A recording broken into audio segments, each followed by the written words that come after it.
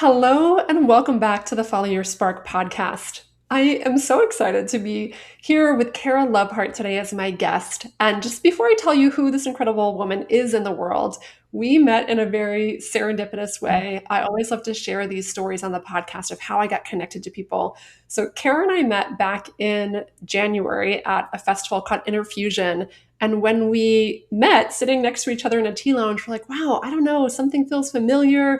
When we went through all the ways that we could possibly be connected and finally discovered that she had listened to an episode of this podcast and just seen me recently on YouTube. And it just was so serendipitous and fun. And I love all the signs and breadcrumbs that brought us together. So I'm just so excited to share this conversation and see where it leads.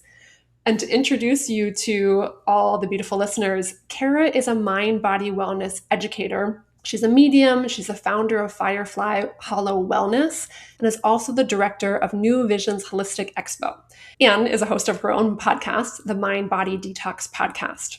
And she specializes in nervous system regulation, chronic stress, trauma informed wellness, embodiment, intuition, and community building. And through all of her offerings, she helps people understand the connection between stress, health, relationships, and personal growth. And her work bridges science, spirituality, practical tools, all for creating resilience, connection, and meaningful transformation. So I can't wait to dive into all the things. Cara, thank you so much for being here. Yeah, well, the spark brought us here. Indeed. Yeah. Yeah. Speaking of which, I am curious. Well, when you hear that phrase to follow your spark, what does that mean to you? What comes up for you when you hear that? For me, when I hear that, I hear first off, we have to find that spark. And a lot of times that takes digging to what does our most authentic, unique self want? And I think when we uncover that, it's this thing that drives passion and drives this desire to either create or experience something or connect with someone or something. I Mhm. think it drives our life's journey. And Mhm. that spark then shows up through meaningful synchronicities, chance encounters, things that just pop up at the right time. And I think in order to find that spark, we have to get really in touch with who we really are. Yeah. And one question I love to ask, and I want to ask it in a little bit of a different way. I'd like to ask, like, what was a spark that you followed that was like a tipping point moment? And what I'm curious about in this moment is like what maybe in the moment didn't feel like it was some big and profound thing, but just something you chose to follow and it ended up either carrying you down a different path or like snowballing into something bigger in the future, but in the moment it maybe didn't feel that significant. Does anything come to mind when you hear that? Yeah, so the very good question. So the first question is, was there something that I followed that really just ended up being something? And the answer to that question was I was standing on the front porch of my home interacting with one of my fellow colleagues that we've been doing readings together at one of the local metaphysical bookstores, and I've known him for a while, and he was just sitting on the front porch, and I looked at him and I said, I'm going to open a holistic wellness center. And he at the time during my journey, I was a space cadet. I was really, really spacey from a lot of different reasons we may go into, from heavy metal toxicity and a lot of things that were causing this dysregulation in my system. And he was like, logically, if you look at someone like myself, you're like, this woman can't even be on time to things, let alone find her, schedule and orienting to delegate and create a clinic. So Mhm. he looked at me and kind of gave me a look, and I said, you don't believe me. And so today we still joke about that. Even, we have 20 staff now. We've been open for 14 years, going on 14 years. And we still joke about that moment, about how almost on some level that look he gave me, my like inner Aries was like, challenge accepted, my friend. Yeah. Yeah. How many years ago was that? 14 years ago. Mhm. Yeah. Nice. Yeah. So it kind of brings me to my next question, which is a topic that I've been talking about a lot recently, is the power of belief. So in that moment where maybe this person didn't believe in you, or maybe even that moment, I don't know if it was hard for you to even believe in that dream. Well, let me start there of what helped you believe that that was possible, even if it felt like potentially far out from where you were in that moment? I think it was a lifelong experience of, as a visionary clairvoyance was my main hard, solid sense as an intuitive before I developed and engaged with the other senses to get clear on those. I always would have these experiences where I'd see something in my mind or I'd have a dream Mm. and it would come true. So there is a quality to those types of internal images that tell me whether it's just my imagination or something I'd like to do versus something that comes to pass that I'm like, this is Mhm. going to happen. I don't know how, but it's going to. And I think that for me was, and sometimes that things are really surprising when I see them and I'm like, that no way, that's not going to happen. I don't understand that. And even to like the more recent one was I really want to interact with authors. Like I want to one day I'm going to write a book. It's coming out of me. I know it is. I don't know how. And then a year ago, I got contacted by one of the head publicists from Hay House to Mm. connect with us because we have a book club. And I didn't reach out to them. And I was like, huh. So for a year now, we've been working with Hay House, and now we're having them come, a bunch of authors come to our big event. And so Mm. that's something I had a vision, and I had, it's not like, it's just connecting the dots of like, huh, this is a breadcrumb. Like I am supposed to write a book. I don't know if I'm going to be published through that Mm. publishing company or self-published. It doesn't matter. There's a book coming, and these are like the breadcrumbs along the way that are kind of validating the vision that I had. So yeah, that's Mhm. the answer to that. Mhm. Good question. Yeah. Well, what I'm hearing is to be able to trust a vision even if you don't know how. Like there was something inside of you recently that was like, okay, books, authors, I see myself becoming an author. I don't know what the book is going to be. I don't know how this is going to unfold. And I see this vision, I feel this spark in my heart, and I'm just curious and open to what happens. And it sounds like you weren't trying to force it. You weren't trying to like demand yourself to write a book today. It was just this like seed that could take root and could continue growing in whatever way that it did. Yeah. Yeah, Mhm. absolutely. Yeah. Did you always know that you were clairvoyant, or when did you get in touch with your clair powers? Yeah. So when I was a child, there was a lot of awareness as a child, definitely a neurodivergent child. All the signs and symptoms as a little girls don't get diagnosed as easily, especially back in the 80s, 90s. And I remember the day when my mother said, after she told me when I was older, that my first week at preschool, I wasn't playing with the other kids, but I was playing by myself in the corner with my Mm. imaginary friends. And I recognized through the interaction and the awareness of my parents' concern talking to the teachers that she's not playing with the other children, she's Mm. interacting with these things that we don't, just her imaginary friends, that I had to really move into what was normal because I sensed there was something off. And so I didn't know that that was something that other people didn't experience. I didn't Mm. know. And my journey took me down a route of really, really going through a challenging, but very fruitful experiences. During my teenage years, when I started to bring up that I'm seeing things, spirits, ghosts, there was a lot of concern and being an empath, feeling all these emotions that I felt in middle school when everyone's going through puberty and everyone's feeling so much. I didn't know back then that that's what it was. I just knew I'd come Mm. home and I'd felt upset or angry or sad. And I thought, these aren't my emotions. I had no idea. And I had no Mm. idea at the time that people didn't see auras around people. Like that didn't, I never had a conversation with someone like about, do you see that? It's just something like, do you smell that smell of grass? Do we talk about, do you smell the grass right now? Like, yeah, it's there. And I Mm. had the awareness then when I started to experience these emotions that were not mine. I didn't know they weren't mine.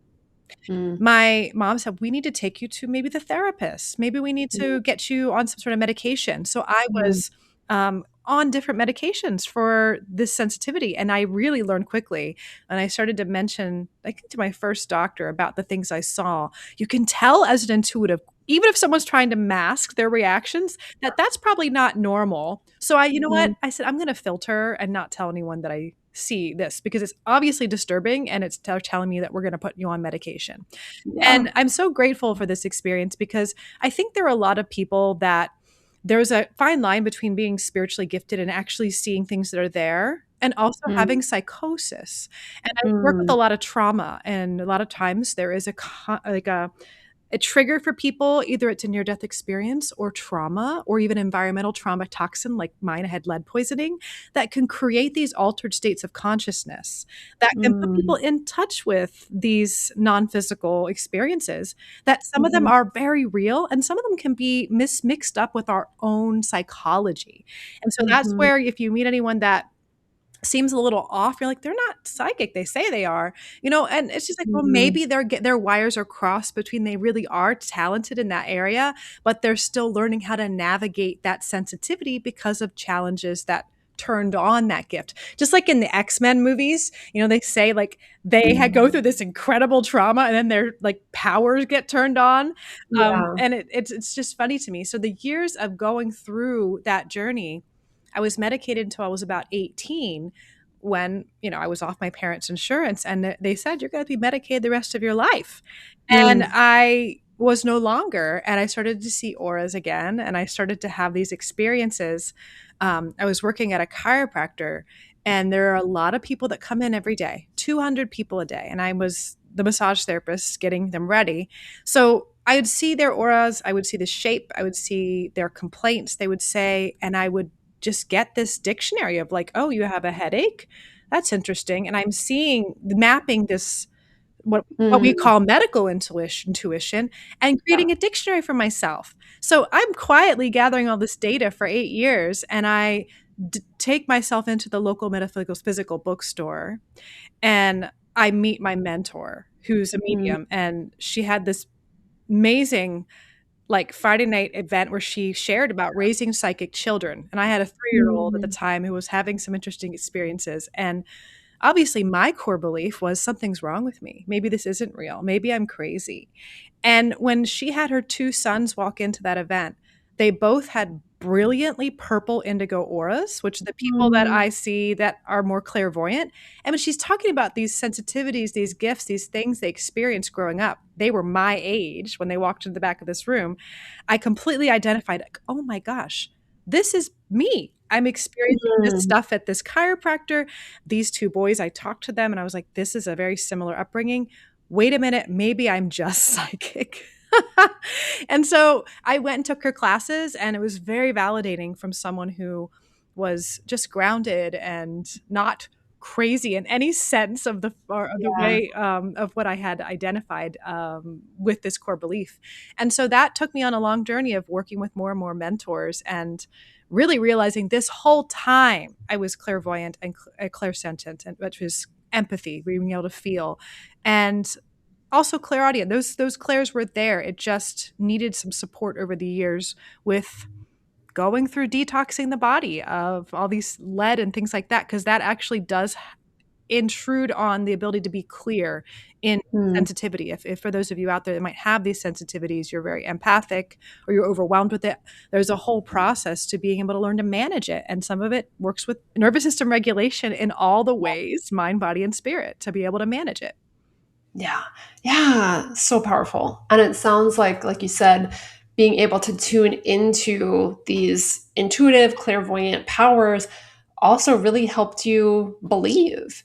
And I find the same. It's why I'm an intuitive life coach, and connecting to this power inside of us, I find helps me trust so much in the face of uncertainty, because our logical minds are like primitive brains that, are scared of the unknown, all these things. To be able to connect to this greater power Yeah. that just can see beyond what we can see has been so reassuring to me. So it sounds like that has is something that's helped you trust your vision of whether it's the books or the authors or the vision of the expo. It's like even when the mind can't explain something, there's a deeper inner knowing that you've been able to just like cultivate a deep trust in. Pausing this interview for a moment to share that if you would love to strengthen your intuition and you want to know what are some tangible, simple tools that you can use to do that, I built something for you. It is a free intuitive resource that works kind of like oracle cards if you've ever used them. So on this website, ginakesbar.com/intuition, you'll find a screen that has 5 cards on it face down. And when you go to this website, I invite you to ask your intuition, what intuitive practice would serve me most right now? And let your hand just be guided to what card it feels called to. And once you click on that card, you'll discover an intuitive practice that you could use right now to tap into your inner wisdom, your higher self, or whatever intuitive message, guidance, or clarity is waiting for you in this moment. Just enter your email and you'll get a video that walks you through the whole thing. You'll also get access to all 5 of the practices so that you can experiment with these different intuitive tools anytime you're craving guidance. So go to ginakesbar.com/intuition to check it out. All right, now let's get back to the interview. Yeah. Well, and I've also challenged myself because I love science so much that I have this deep desire to, wherever I can, take the mystical experiences that we have and Mm, identify as much as possible what might be going on in the brain that we have these capacities. What is that? Because I don't think it's something that is as accessible to people who are really science based, and the mystical experiences, whether they've had just poor experiences in maybe a religious or a spiritual community that created this sense of like, this isn't real. These people are wild. And then they have the people who are really like, I love science. I don't know if I believe in this, but I am having my own experiences. How do we yeah. explain that? Because I Mm, think if you can give a way for the brain to get as close as possible what might be happening, then you can allow the mind to settle in enough that you can yeah. even open up for more possibilities of what might be Yeah. possible. And I think Mm, that's more interesting and curious than being definitive by either way, whether this is the spiritual truth and dogma, like this is the real way we do reading auras or whatever, the spiritual people do these ways with their crystals, all the things. This is the rules, which that yeah. puts things in a box, or this is the rules of science and this is not possible. Like both of Yeah. these mindsets, our spiritual, intuitive mind and this whole logical, scientific mind, we still are putting things in boxes versus integrating them of like, what is possible if we put all of them together and understand that maybe both can be true simultaneously with some of these ideologies or philosophies. Yeah. Okay. I wasn't planning on getting into this today, but I feel like this is what I'm being called to go down right now. So I would love to hear your perspective of this. A, have you ever seen Interstellar? So, yes. Yes, I have seen Interstellar. Okay. Yes, yes. So I watched Interstellar is a movie. I watched it for the first time a couple days ago. And even like without having watched Interstellar, my question for you is, and I do so much like future self meditations and like connecting to past selves and inner childs and all of these things. So I've been thinking a lot about time lately. Mhm. And I'm about to lead an event tomorrow called Believe. And I was like practicing this future self meditation that I'm going to be taking people through. And when I was doing it for myself, I just saw all these scenes that my future self was showing me, and I could feel her presence in all of these moments. In times where I was like crying, she was there. In times that I was like celebrating, she was there. I could just like feel her presence so strongly. In Interstellar, I don't know if I want to like give away anything, but it's about this of like time and being able to send messages through time. So I'm curious of your intuitive/scientific perspective of this and being able to either send messages to ourself through time or receive messages from our future self or from our past self. Anything you want to share? Okay, so I have to pause this interview one more time because after recording this episode, I have since hosted the event called Believe. And it was so powerful that I decided to host it again, and this time virtually. So everyone who is listening from anywhere in the world can join this experience. And this event, Believe, is all about creating time and space to ask your heart, what is it that you most want to believe is possible for yourself and your life? Why does this dream matter so much to you? And we'll talk about at Believe why your why is so important. And you'll have time to really explore this for yourself. And then we'll get clear on why is believing so hard sometimes? Why does your brain try to block you from believing in your dreams? And what can help you actually build belief in a really tangible way? Belief can sometimes be this ephemeral, intangible thing of like, am I doing it? Am I not? How do you actually believe in affirmations that you might be saying, but your mind isn't really on board with? So we're going to explore how to do that on a mind, body, spirit level so that you can feel this deep belief in your bones and really connect to this future self version of you who is capable of bringing those dreams to life. So if there's a spark on your heart you would love to ignite your belief around, come join me on Tuesday, July 14th at 6 p.m. Eastern Time. And if you can't make it live, no problem, RSVP and you'll get access to the recording. So if you want to join us, go to ginakesbar.com/believe and I'll see you there. All right, now let's get back to the interview. Oh my gosh, that's so amazing. So the movie Interstellar is a joke in my family because the first time we watched it in the movie theaters, by the end, I was sitting with my jaw dropped and we were just all three of my family members were sitting there in the theater watching it going, "Oh my gosh, that was amazing." And everyone was just getting up the theater and walking out like nothing happened. And I'm like, "How is no one not sitting around discussing this?"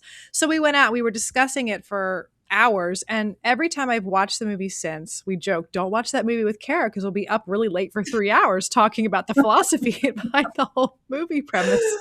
Yeah. So I really think that there is absolutely, we live in this dimension of time and space. We live in this space where we measure things, right? We need this for our experience and journey through a human life, from the experience of contrast of being a child growing up and going through the movement of time. And ultimately, if you are interested in the curiosity of what consciousness in itself is, why would it not be everything you could ever fathom to be possible or create in your mind? And I think that the interesting thing about consciousness is, in general, consciousness, we could say it's, some people call it source or God or whatever labels it is for it, but it is a information field that includes everything, and paradoxically, nothing. So it's like if you were the all, everything, you are Gina, you are Cara, you are the plant, you are the chair you're sitting, you're all those things simultaneously, and in a space where there's no time. You have to create a sense of time to experience yourself outside of that oneness. Because if you are just, we can only really reference the experience of presence when we're with no time, where timelessness happens, when we are experiencing a really good time, which is funny what we call it, a really good time, like eating some delicious dessert or listening to your favorite song. When you lose sense of time, that's the only human experience that we may be able to reference as like, that's what it's like. What if that's what your expanded higher consciousness is experiencing all the time, forever, infinitely? But it doesn't then have this experience of separation into different little forms. It's experiencing itself all at once as you and me and the chair you're sitting on, the listeners here. So it creates this individual separate contrast of self. And that's where we individualize into this ego identity. And how my readings work is really interesting because when I'm sitting in here, Cara, my story, I'm a mother, what do I do for my job, about my life, that's my story as an individual. And when I sit down with someone or I read with someone over the phone or distantly, I move into a state of consciousness that I lose track of myself and I start to blend with others around me. So those who are empaths may be able to relate to this. Like, wow, I'm starting to feel emotions that are not mine. I'm starting to have this experience that's not my own. And if you're going to tap into that information field of all that is, you have to lose track of the individuation. And that's where when people are practiced at meditating, they're easily shifting their brain waves out of this beta brainwave where the part of the brain's operating to be aware of the self, the default mode network. So even people who are doing psychedelics, it lets down the default mode network so we can be less into ourself, our individual identity. And that's when people have these expanded states of consciousness. It's just Mm. shifting the brain waves. And so that's where deep meditators and those who have these mystical experiences, whether it's from trauma or near death experience, the brain waves are shifting. So you're shifting out of the sense of self or individuation, and you can have these expanded states. So Mm. I think that the time only exists in the individual identity state. When you kind of move into these spaces like dreams, is there a time in Mhm. dreams? No, we don't Mhm. experience time in dreams. So it's kind of merging with the one thing that's infinite and no time when you Yeah. separate from yourself. But when you get back to Mhm. yourself, you have to be in this linear time frame to experience the contrast of growing up and moving to the death phase, this whole thing. So that's my Yeah. own. You could talk about quantum physics and quantum entanglement and a lot of really cool things that relate to that. But I think it goes into the research that they're doing now on consciousness and even the capacity for people on the spectrum like myself with even having these abilities like telepathy. So those of you who check out the telepathy tapes podcast, if Mhm. you haven't, I interviewed Dr. Robert Malillo on my podcast, and he has worked with the woman who did the telepathy tapes. He works with nonverbal autistic children and those who have ADHD and all these other forms of brain disorders. And he was saying that a lot of these gifts, as he calls them, that I experience are just the brain being overdeveloped in one area and underdeveloped in another area. And then we Mm. go on talk about consciousness, and then I just get really excited because I'm like, my science brain goes, yeah, I know this is a real thing. Tell the science people these are the language they need to hear it in to be Yeah. like, oh, this is interesting.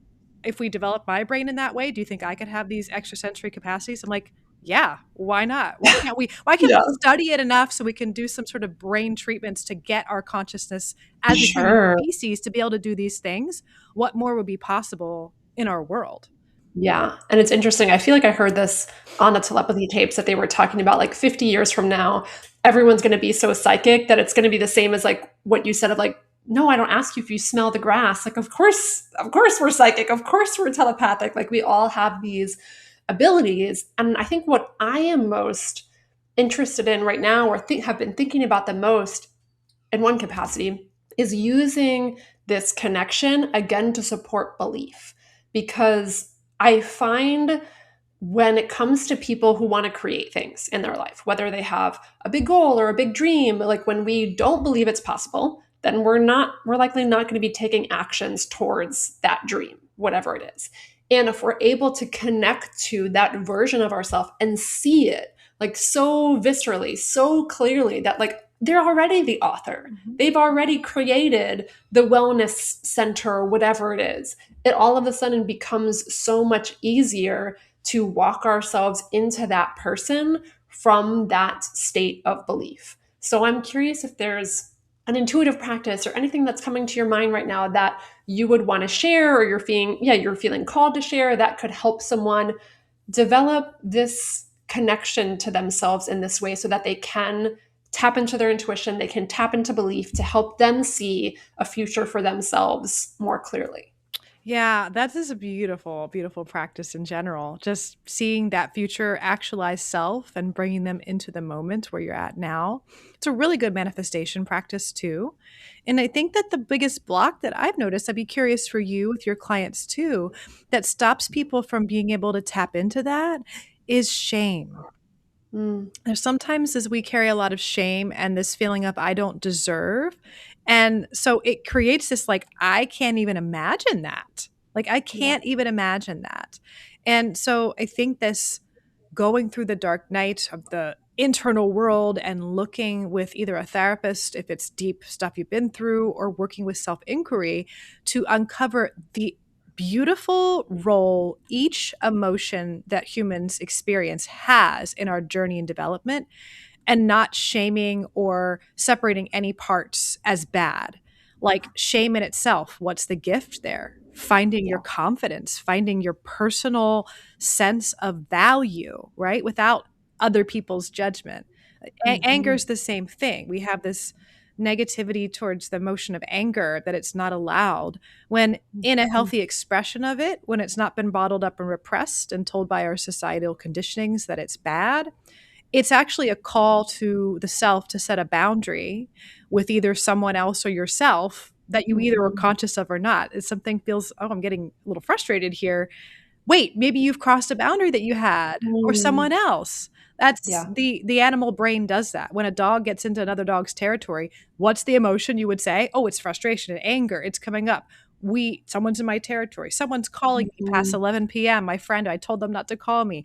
It's all like in those little things, that's all a call for setting boundaries. So if you have each Mhm. emotion in its use to understand that it's nothing that's bad, going through a lot of the emotional uncovering of where things have come from, what's the purpose of it, to how to surrender it, can then bring online this awareness of, wait a minute, I've let Mhm. go of that emotion. I've accepted my sadness or my grief or anger or shame. And I realized how amazing it is serving me in this moment. And now I can start to see actually how that shame and anger is actually a part of my story for Yeah. that future self that maybe they couldn't imagine before, kind of cycling in the shame, like I'm not enough. And so you have to Mhm. get past this I'm not enough stuff Yeah. first. And if you don't have that shame, or you're not struggling with that part, and you're like, oh, well, I want to imagine like my future self. The other block that I see that is can be answered with a simple question is, I guess it's a long question, so it's not simple. It just includes other things. If you had all the time, money, love, resources, support, and confidence, if you had all the time, love, money, resources, support, and confidence, if you had all those things, imagine what you would do with yourself. The first answer usually people give is, I would travel the world. I'd have the freedom to travel and not work. I'm like, yeah, yeah, yeah. But after that, you'd get it out of the travel bug. And maybe you'd still travel for a sort of purpose or a gift or something you'd want to do. You'd make art or music or something, or you just travel to build schools Yeah. for children. It's still the answers. What would you do if you had all the time, money, love, support, resources, confidence to do whatever you want? What would you be doing? What would that self actualize be doing? Yeah. So good. Yeah. And it's interesting. We have very similar philosophies and ways of looking at this. I actually just aired a podcast episode that was about belief and what helps you sustain belief over the long term when things are taking longer than you expect. And it's interesting, people listening to this, I know I asked you about intuition. They might not think of like, oh wait, like what does shame have to do with, connecting with my intuition? And it might not be the answer that you wanted to hear, and I do think, similarly to you, that it's so important. And what I shared in this podcast episode this week was the three things that you basically just said, all of them, that I find are most important is number one, what is your why? And you just talked about that, of like, if you weren't seeking for something to externally validate you, if you already had all the money, you were already Mhm, confident, you already had all of that, like what would you want to do? So mhm. being able to connect to a why is so strong that it's going to compel you forward, and that's going to be your intrinsic motivator Yeah, instead of some external motivator. yeah.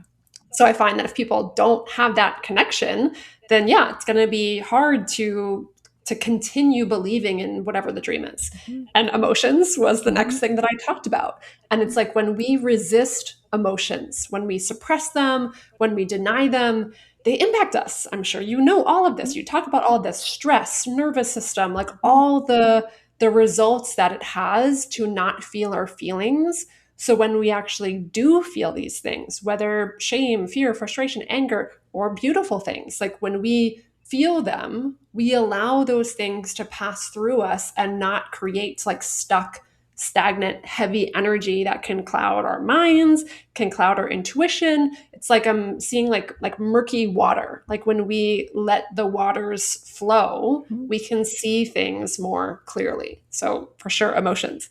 And the last thing I talked about in the podcast, which is again exactly what you just said, is being able to, I talk about it as like focusing on the gains, or what I've ended up changing my coaching program to this past year is about owning your becoming. Like there's so many people who carry shame about their journey and where they're at in life and how long it's taking them to XYZ and all the judgments and critical thoughts we have about ourselves. And again, that can be so heavy and exhausting and draining versus when you're able to celebrate yourself, when you're able to own everything it took to get you to this moment. That's when you're able to develop the confidence and courage and love internally that's going to fuel you and propel you forward. So, literally, you just articulated everything that I just shared in this podcast I love episode it. yesterday. So, Truth is truth, no matter how we put it in whatever words are packaged. We still have to mhm, interpret it into human language. And it's interesting that there are, if you, the listeners, if you think about those people in your life that you think are just lucky and they just like all of a sudden they have this or it comes to them, there's an interesting personality trait that they have that you mentioned in number three. They're really focusing on their gains. mhm, They're focusing, if something comes as a setback, they might even see that setback as an opportunity to learn. Oh, it wasn't ever a mistake. It's a not a failure. It's like, wow, this is guiding me here and there. I had to I was so challenged last year to actually fire someone on my staff. It was the first time I ever had to do that. And it was yeah, like the most amazing, challenging thing I ever had to do.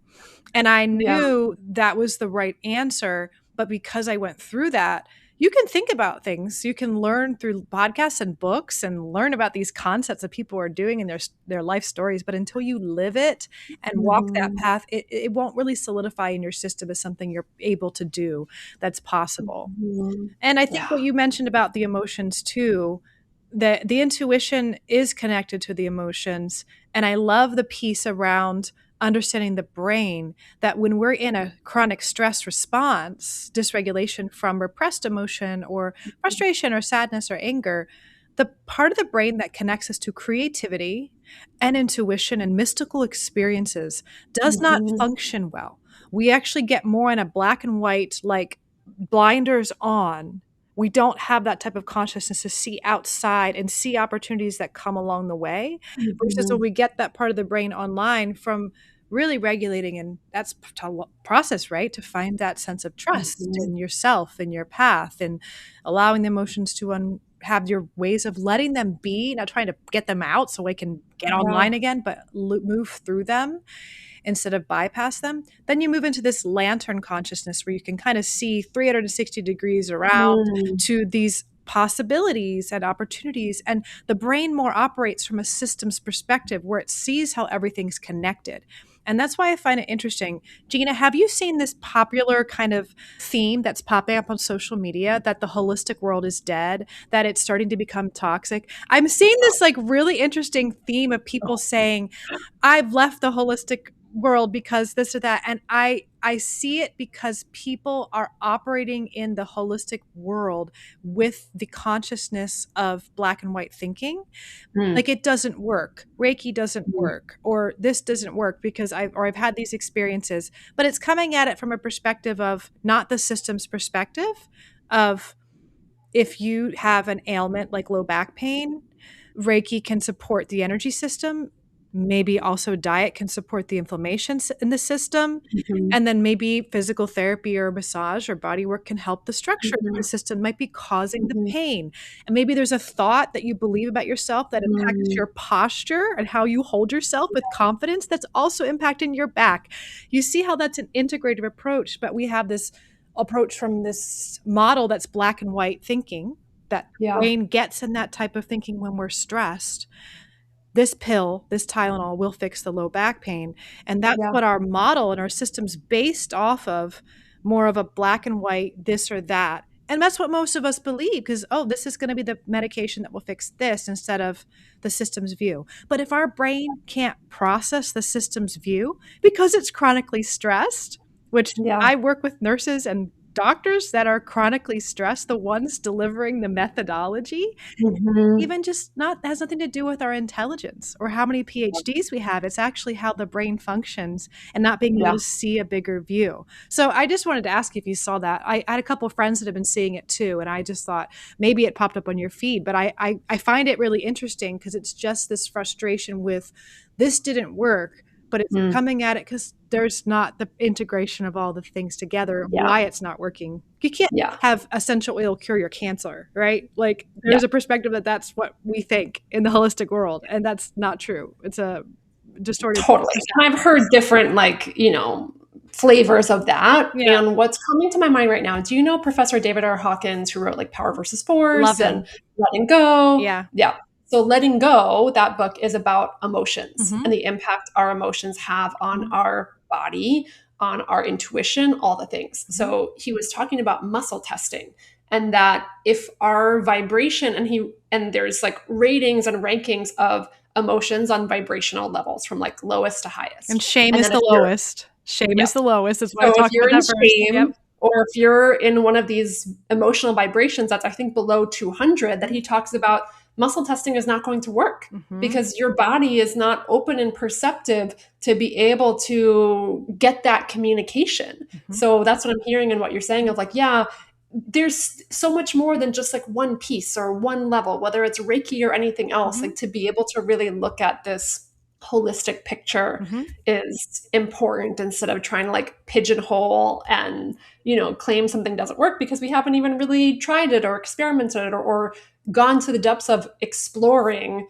the nuances of Yeah. it, Yeah. which right now I guess is bringing me to I know you're the director of this expo. Hmm. Do you want to share more about that? Because I know that's going to be coming up and listeners can experience more of this for themselves. Sure. I'd like to bridge talking about the expo as to really the your number one, the why behind the expo. So in integrative or holistic types of practices, which mind, body, spirit, we try to integrate tools to really live a healthier life, mentally, emotionally, physically, all the things. And I've noticed for so many years, I would watch clients of mine that did so much work on themselves, and there was a huge piece that I knew was missing for them. And it wasn't quite maybe ripe yet for them to step into. And that one piece that is so valuable to healing that system, that stress response, right? Yes, the diet and movement practices are there, and the journaling and the mental piece, but the huge piece that we're wired for, we have a mammalian brain. Our limbic system in the brain is wired for connection. And we Mhm. sometimes cannot get to that next stage of safety in the system to be able to turn the intuition online and creativity and the systems thinking until we get co regulation through connection with others in a place that's safe, a safe environment. And a safe environment could be a group, a community, or an organization, even a business, or an event like this. And so, Mhm. one of the things I saw as a sensitive, as an intuitive for years, is going into places that I saw and learned what could I do in my own community to create more of a sense of walking into this space helps my nervous system feel safe. And one of those things that I thought and learned was facilitators that feel really comfortable in their own skin, being Mhm. authentic, not being fake and performative and like, hi, how are you? Love and light. That feels unsafe to my Yeah. system. It didn't before. And, it's not bad, but to my system now, that feels scary to me, just personally, because I go, okay, when I see that, what's going on underneath that isn't able to be looked at yet in the journey? And if that's not there, looked at and shining light on some of the parts, sometimes we end up getting projected upon, or the shadows come up Mhm. and conflict and comes up in relationships. So if we have leaders that haven't really been able to accept, yet their emotions, their shadows, the place where I as a leader am able to be open and honest and vulnerable and say, hey, I'm not always amazing with time management. I know that's something I have to work on. I want to show you where my flaws are that I'm aware of. And if you see something in me that could be improved, please tell me, because I want to improve as a leader and I want to support each other. This, I think, a new light leadership, as I call it, where we're leading in transparency. And we've had so much Mm. corruption that doesn't feel safe. We are automatically psychologically skeptical of any sense of person who's in a position of power. And Yeah. I think that the new power is quiet. It's not forcing anything, it's being there, listening, holding attuned space. And what that means is the leader is able to be attuned enough to themselves on their own journey that they can listen not just to the words of other people in their community, but what they're really saying, the unspoken things that maybe they can't express because they haven't had a safe place to do it. And when the Mhm. nervous system starts to feel safe in a community like that, it creates connections. People want to come back. And Yeah. so with this event, it's been 24 years with an original bookstore, that the one I spoke of earlier that basically helped me mentor past my I'm something's wrong with me belief to wow, I'm just psychic. And they were open since 1987. They're still Mm. open, and they started this event in 2001. And it was basically built around community because the people in the metaphysical spiritual spaces in 1987, also in the queer community, did not have a space where they could be accepted. They could explore these types of philosophies. And this place was that. The owners, the one owner who has passed away, the other one's still alive. The one has passed away is like my cosmic dad. We were very close. And he just created such a space of safety and inclusion, and I knew I didn't have that. And a lot of people who are interested in these kind of niche subcultures, we're in a little subculture of life, right? Being in this world, we Yeah. don't always feel accepted by the mainstream in what we're doing. So having a space where we can explore, talk about these things, and have like-minded connection, where there's not um, judgment, and where there's leadership that holds boundaries with what's acceptable, as far as we accept each other where we're at. We're not saying your way is the right way. We're more curiosity. We open this sense of curiosity to each other and learning from each other. And Mhm. the community of the expo grew. Obviously, we're in our 24th year. And the foundation of this year's theme is connection is medicine. We need Mm. that. It was the foundation of our clinic here at Firefly Hollow, and same with the bookstore. And in 2020, when things got shut down, we had such a collective trauma that Yeah. after the opening up of the world happened again, people really had a hard time coming out for a lot of reasons. And even when there's not a threat of a pandemic right now happening, the system of the person has been going through this thing where I maybe was ostracized by my family or so and so because we believed different things, or there was a lot of loss. And so there's a lot of grief in the system and worry about, do I go to this new community ecstatic dance circle, or where will I be accepted? There's the nervous system unconsciously is feeling that. And so we hear all the time people say, I've been stalking you on social media for 6 years. Can't tell you how many times we hear that. I was afraid to come in because A, B, C, Yeah. D. It's always the system that's been it's gone through this thing collectively. And so it's why I like to educate people, like, it's not just you, it's me too. All of us are scared, but if we can express and show what it looks like to be in this community, how we lead, and how with this event we curate it, that may help people take that first step. And Mhm. I made it my goal in 4 years ago when we inherited the expo to really be mindful about curating the event with the vendors that come. I want to know them. I want to get a reading from all of them and make sure they're practicing in integrity with ethics and with Mhm. this beautiful transformative experience that they've walked that Mm. journey for themselves, because those practitioners usually offer this most amazing elevated practice in their service. Yeah. And that's what I was seeing wasn't happening, where some of my community members were unfortunately having the not so elevated experiences, and they were having these things that left them feeling powerless or Mm. not feeling empowered from people that I'm not the ethics police, but I thought, oh, well, someone shouldn't be trying to sell you a healing crystal for $2,000 to heal a curse on your family. Like, I have a whole podcast episode about it. And the things I saw and heard, I said, oh my goodness, because we are vulnerable. Sometimes we're going through things and we move into these spaces looking for hope and empowerment. And Mhm. our journey may bring us to a person that has this beautiful ethics and integrity, and someone else is just not on that part of their journey yet. They may not even be consciously doing it. Maybe totally they believe that 2000 dollar crystal is not exploiting anyone and really healing the curse. You don't want to judge. This is where we enter it with curiosity. We are all amazing humans doing the best we can with the nervous systems that we have currently. But if I can create a space with this expo to not only bring forth safety and connection, connection is the medicine to each other, to our intuition, to the vendors and the services and the marketplace. But also this year, we're bringing in 5 Hay House authors. And so, for those people who I've talked to who don't know what Hay House is, sometimes they don't know that publisher, I'd say think about Joe Dispenza, Teal Swan, Mel Robbins. This is Abraham Hicks. If you've heard any of these books, this is the biggest publisher for this spiritual mindset stuff. Wayne Dyer has passed away. Some people haven't heard of him if they're maybe new on this path, but it's one of the biggest publishers for the spiritual world. And they agreed to come because we, like I said, they came out of the word work last year and started connecting with us. And it was so interesting because they got absorbed by Penguin Random House Publishing Mm, Company. And when they did, they stopped doing their conferences.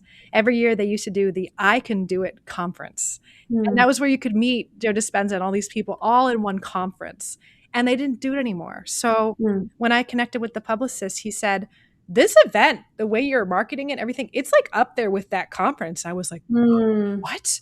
Really? And I just was so tickled by that. And I said, well, and they said, we want to come to your event. So we are Yeah. featuring these incredible, amazing people that not only are they talented, they're gifted, they're published, they're one's a full-time medium on the Drew Barrymore show now, Susan Grau, which is our keynote.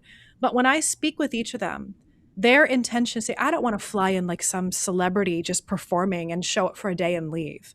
I want to Mm, be there. I want to know your community. I want to connect. It's about the people. It's about what we're here to do in the world right now. And I can't say that's the truth for every practitioner. Some people are into that whole world of performance in the Hollywood arena is actually part of the gig for that part of their journey as a professional. I want the people who have done this deep transformational work because they're able to show up because they say, I've walked the path and I've connected to my soul in the depths of everything and come out the other side. And there's a quality, there's an integrity, and there's a power there that I think is really overlooked and not necessarily seen if you are new to this and don't have the discernment to say, who do I go to? mm, I say, come to us. I have such a high standard and a good way for safety and for connection and for healing. And so that most of the transformation, if I can maximize the transformation people can have coming to this event, that's my goal, you know? And we're not perfect. mm. There may be something people go, it wasn't the right, they weren't on for the reading. And I'm like, well, Yeah. readers, sorry, I'm a reader. We can't be 100% on all the time. But Yeah. if we can create this space for transformation and connection to people that come to the event, that are community members, that want to meet others in this path, and authentically connect. That's what this show has. And we have people Yeah. that come from Baltimore, DC, New York, Virginia.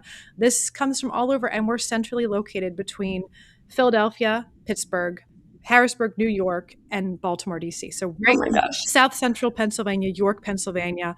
And it's nice because there's not a lot of traffic here, right? It's a smaller town. We are the home of the oldest state fair in the entire country. And why not be here? Because we are actually, York, Pennsylvania, get this, is the snack food capital of the world.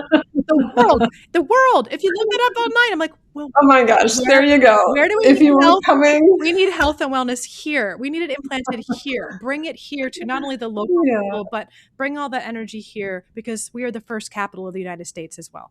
Why not? First capital, York, PA. It's right here. Oh my gosh. Yeah. It sounds so magical, and it's definitely on my calendar. I hope to be able to make it this year. So we'll have all the information for that in the show notes.